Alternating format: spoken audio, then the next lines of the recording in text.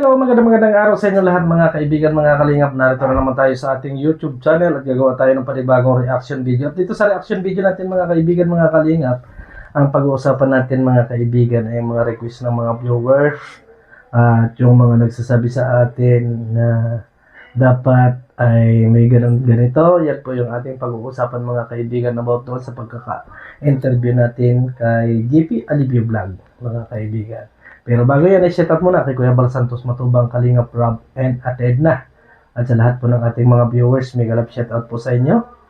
Kaya na Gisa Bicolana, Ate Bi Considerate, and Ma'am Misty Gayons. At sana po, supportahan din ninyo Miss Gingging Vlog mga kaibigan, mga kalingap. Isa po sa kasamahan nating reactor na nandito po sa Karipa mga kaibigan. At yung po pong iba nating mga kapwa reactor na nandiyan sa Karipa, ay sana po supportahan din natin. At ganoon din po sa lahat ng mga reaktor na sangay ng Kalingap. At ito po mga kaibigan, by March ay aktibo na yung ating mga roles kapag nagkaroon na po ng general meeting mga kaibigan. Lahat po ng reaktor na magkakaroon ng live streaming or ng content ay need po ng ID mga kaibigan, mga kalingap. Kasi yan po ang sinasabi ni Kuya Bal Santos Matubang. Pero hanggang ngayon po mga kaibigan na wala pang general meeting ay relax lang tayo. Di ba? Relax lang tayo sa mga bagay-bagay. At katulad halimbawa na nagbi-message din sa atin, sama na natin mga kaibigan about dito kay Kalingap Mikoy kasi marami na nagsasabi sa atin na yung mga kaibigan ni Kalingap Mikoy ay kung kalingap na. Totally mga kaibigan, nagtanong tayo sa mga nakakataas o doon sa mga taong nasa paligid natin kung ano po ang status ng mga kaibigan ni Kalingap Mikoy, kung sila ba ay kalingap na o nakapag-apply na ba sila kay Kuya Bal or kay Kalingap Rob, ay until now po ay wala pa mga kaibigan, mga kalingap. Kaya ang masasagot ko po sa mga nagbi-message sa atin, sa ngayong panahon po, hindi pa sila kalingap. At kung sila man ay gumagawa ng content, kung ano man yung content nila, ay content nila yun. Kasi nga, hindi pa rin sila yung ng kalingap mga kaibigan. Si Kalingap Bikoy, ay Kalingap Bikoy talaga yan. Kaya, mananatili. Pero nasa roles kasi natin mga kaibigan, mga kalingap, na kapag ikaw ay isang kalingap, ay hindi pwedeng makipag-collaboration doon sa mga hindi pa kalingap mga kaibigan. Kailangan magpa-member muna sa kalingap bago po makapag-collab mga kaibigan. Bago makipag-collab. Yun po yung talaga ng kalingap. Pero sabi nga natin, titingnan natin sa bandang huli dyan kung yung naging suggest ni Kalingap Rob o ni Kuya Bal sa mga bagay-bagay na yan mga kaibigan. Kasi nga, hintay na lang natin kung ano yung kanilang maiisagot doon sa mga bagay na yan. Kasi until now, ang sagot lang sa atin hindi pa sila kalingap. So, malay natin, i-report na kay Kalingap Rob and Kuya Bal Santos Matubang at mag-apply sila. Diba mga kaibigan? So, dumako na tayo sa ating pag-uusapan mga kaibigan, mga kalingap about dito sa EDSI mga kaibigan. Kasi nga, kagabi ay tinapos natin yung issue about Dr. Love and GP Alivio Vlog mga kaibigan, mga kalingap. Sa ating live, marami ang nagkasundo-sundo na marami rin ang may gusto na itigil ang issue about dito sa loob ng EDSI kasi nga nagkakaroon nga ng watak-watak mga kaibigan. Pero dito sa ating comment section mga kaibigan ay marami ang bumabati ko sa atin na naging unfair daw tayo para kay Dr. Love mga kaibigan. Kasi hindi natin kinuha yung side ni Dr. Love mga kaibigan. Kasi yan naman talaga yung gustong-gusto nila na ma-interview rin si Dr. Love sa mga bagay-bagay na ganito. Or gusto din nilang malaman na dapat ay hindi lang si GP yung aking tanungin about do sa mga side na yun. At kinakailangan maging fair ako para kay Dr. Love mga kaibigan. Ito lang ang masasagot ko mga kaibigan, mga kalingap. Doon sa mga supporter na nagsasabi sa atin na naging bias tayo para kay Dr. Love. Hindi po tayo basher ni Dr. Love at hindi rin po natin kinakalaban si Dr. Love. at naging fair po tayo sa ating mga ginawang reaction video at sa pag-interview natin. At wala po tayong nilaglag doon, mga kaibigan, mga kalingap. Kaya naman ito ay sinagot ko mga kaibigan dito sa aking content ngayon. Kasi nga, sinasabihan nila na unfair ako, one-sided ako, makaido ako kung ano po man ang mga kanilang sinasabi. Solid edsi po ako mga kaibigan. Solid edsi, solid jungkar, solid kalingap. Hindi ko pala sabihin solid kalingap, baka maging liquid kasi ang dami kasi ng mga nagsasabi na sila ay solid, bandang huli ay naging liquid. Kaya sabihin ko na lang, nasa kalingap ako mga kaibigan. Nasa kalingap ako. Diba? Kasi minsan solid na solid, yung pala naman ay liquid. Diba? So mas maganda na huwag na natin sabihin na solid tayo. Ang mahalaga ay andito tayo sa kalingap. So, ano ang rason ko? Kasi ngayong umaga sana, naisipan ko at nag-message na rin ako kay Dr. Love mga kaibigan na pupunta sa kanya para interviewin siya. Kasi nga, yan ang gusto ng mga viewers natin mga kaibigan na interviewin din natin si Dr. Love at magkaroon din ng pair at masagot ni Dr. Love yung lahat ng mga dapat ay itatanong natin para malinawan din sila kung ano ba talaga yung naging tunay na issue. Pero ito po mga kaibigan yung observation. Yun pong mga live ni Dr. Love mula kahapon hanggang gabi ay sinubaybayan po natin. Buhat ng maipalawas natin yung interview kay GP Alivio Vlog mga kaibigan. Wala na po akong ibang narinig mga kaibigan. Doon sa live niya kagabi na nandun tayo, wala siyang ginawa kung hindi puro kanta na. Kanta, shout out, kanta, shout out. Kaya, pag-isip-isip ko mga kaibigan na tapos na. Tapos na yung kahit hindi ko na-interviewin si Dr. Love, ay okay na. Kasi, na-accept niya na tapos na eh. Ibig sabihin, yung kanyang ginawa kagabi ay ina-accept niya na wala nang issue. Tapos na yung issue. Diba mga kaibigan, mga kalingap? Kasi kung pupunta ako doon kay na Dr. Love, at alam naman ni Dr. Love na pupunta ako doon para ma-interview siya, at marami akong itinanong, panibagong issue na naman yun mga kaibigan.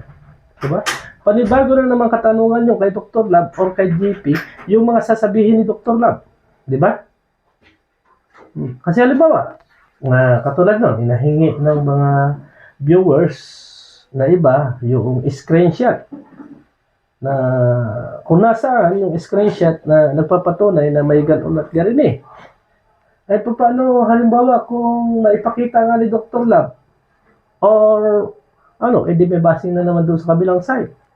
Sasagot na naman yung kabilang side mga kaibigan kasi mapipilitan na ganito garin kasi merong hawak na ebidensya itong si Dr. Love. Ay wala talagang mangyayari. Sasagot yung kabila kasi saan galing ang GC na yan? Ay may pinakita na akong kabilang GC. Ibig sabihin, hindi pa rin matatapos mga kaibigan.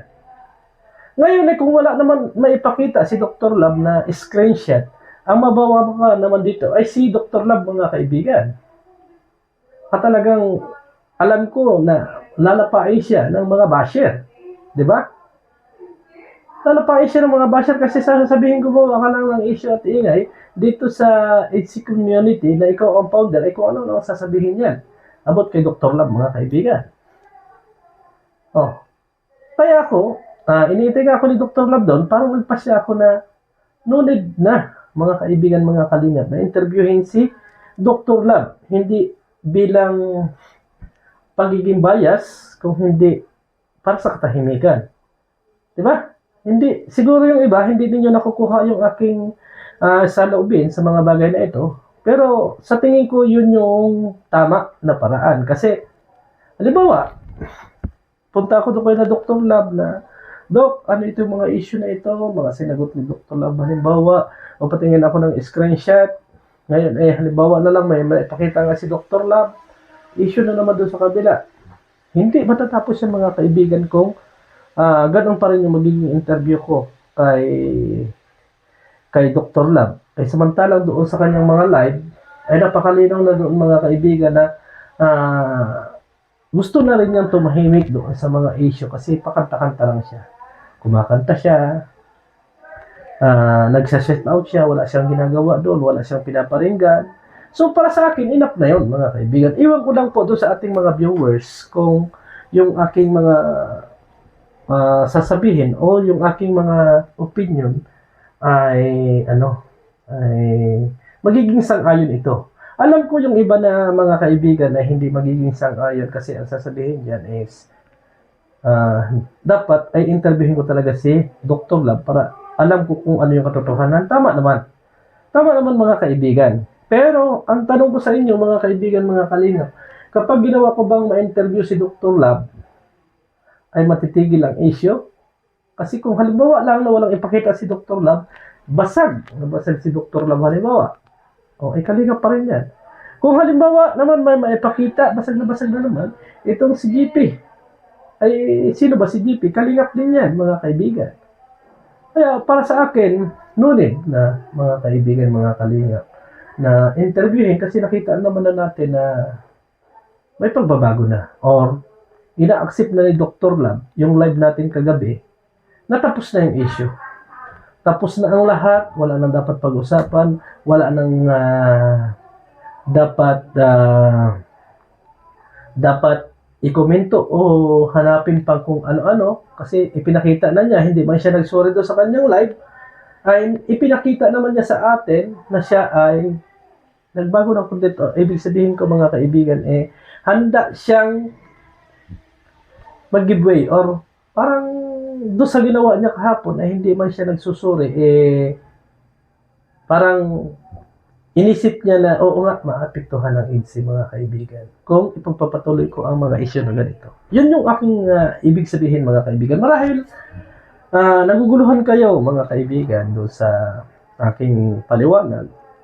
Pero kung solid AIDS kayo, mararamdaman ninyo at mapapag-isip-isip ninyo na, oo, tama na hindi na lang interviewin ni Birador itong si Dr. Love kasi lalala lang ang issue. Diba?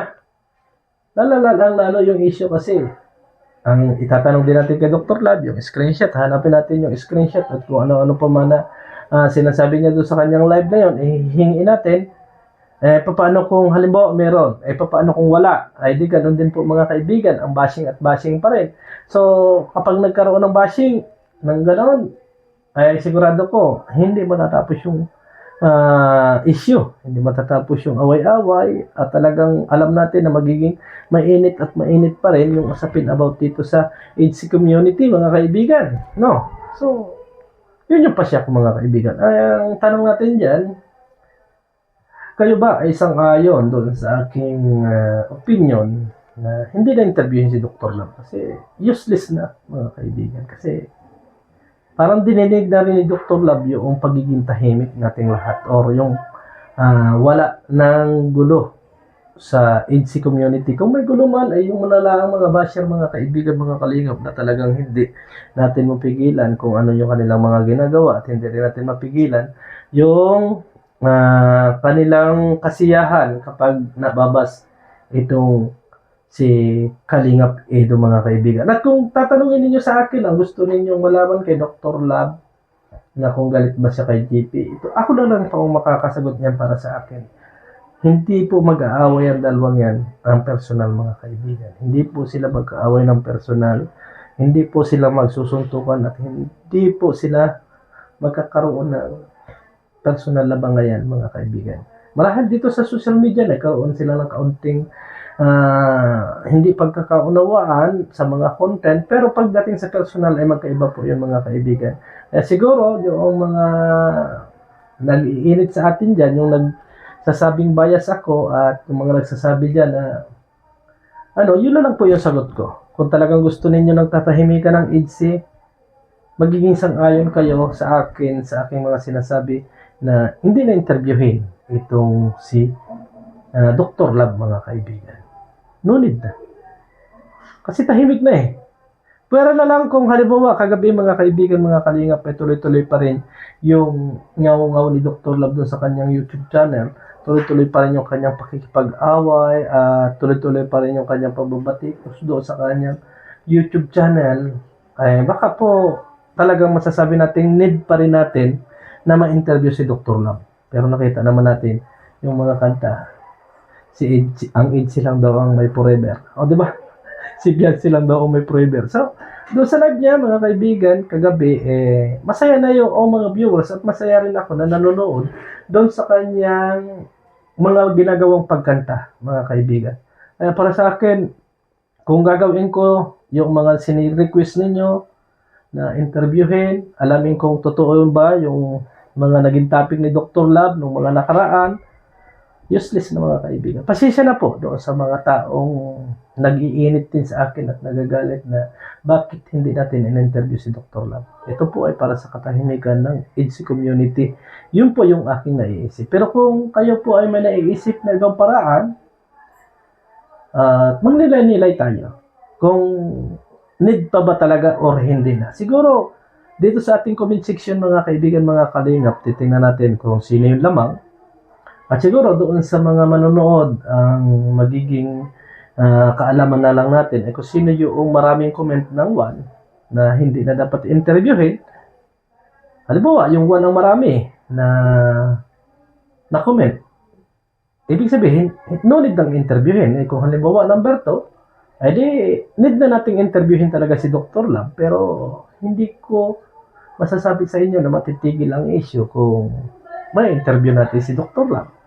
So, kasi, siyempre, didipinsa si Dr. Love doon sa kanyang mga sinasabi. May patutunayan siya. Meron siyang sasabihin na ganun. Alam nga naman na hindi siya dumipinsa. So, kapag mayroong nasabi si Dr. Love dyan, may didipinsa na naman doon sa kabila. Dipinsahan na naman yan. Hindi na po matatapos yan, mga kaibigan. At yung mga viewers naman, na iba, sulsol dito, sulsol doon, sulsol din, sulsol doon. Wala pong mangyayari. Hanggang sa talagang tuluyan ng matigil ang AIDS kapag ganun po yung mangyayari. So, sana po mga kaibigan, mga kalingap, naunawaan ninyo yung aking mga sinasabi at sana naunawaan din ninyo yung aking ibig sabihin na bakit hindi na dapat interviewin si Dr. Love. So, hanggang sa muli, maraming salamat and God bless sa ating lahat. Bye-bye and see you sa ating live. Thank you and God bless.